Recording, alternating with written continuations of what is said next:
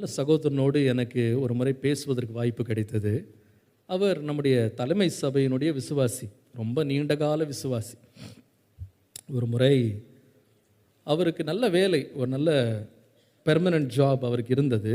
குடும்பமாக சென்னையில் வாழ்ந்து கொண்டிருந்தார். அவர் வெளிநாட்டிலே அவருக்கு வேலை கிடைத்தது.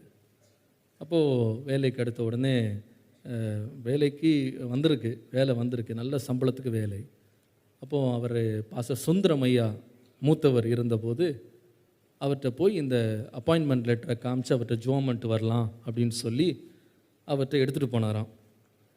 அப்போது பாஸ்டர் சுந்தரம் அவர்கள், காலம் சென்ற பாஸ்டர் சுந்தரம் அவங்க உட்காந்துருந்தாங்க.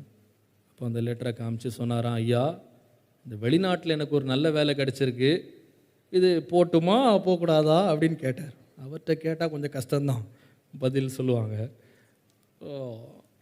அவர் அப்படியே கண்ணை மூடிக்கிட்டாராம். ஒரு நிமிஷம் கண்ணையே திறக்கலையாம். கண்ணை மூட்டே கேட்டாராம், தம்பி உமக்கு ஆண்டவர் சொந்த வீட்டை கொடுத்துருக்கிறாரா அப்படின்னு கேட்டார். ஆமாம் ஐயா, ஒரு சின்ன வீடு தான், சொந்த வீடு ஆனால் கொடுத்துருக்கிறார். தீர்க்கக்கூடாத கடன் பிரச்சனை ஏதும் உண்டா? அப்படி ஒன்றும் இல்லை. போதும் என்ற மனதோடே கூடிய தெய்வ பக்தியே மிகுந்த ஆதாயம்.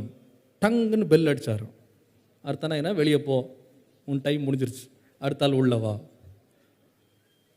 அவர் சொன்னார், அன்னைக்கு அந்த தேவ மனுஷன் சொன்ன அந்த புத்திமதி, அந்த ஆலோசனையை நான் தட்டாமல் நான் பின்பற்றினேன்.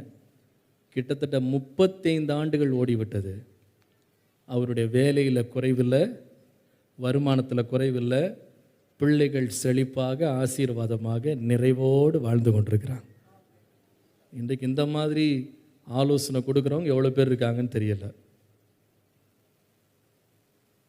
பண ஆசை எல்லா தீமைக்கும் நம்ம ரொம்ப ரொம்ப ஜாக்கிரதையாக கடைசி காலங்களில் இருக்கணும்.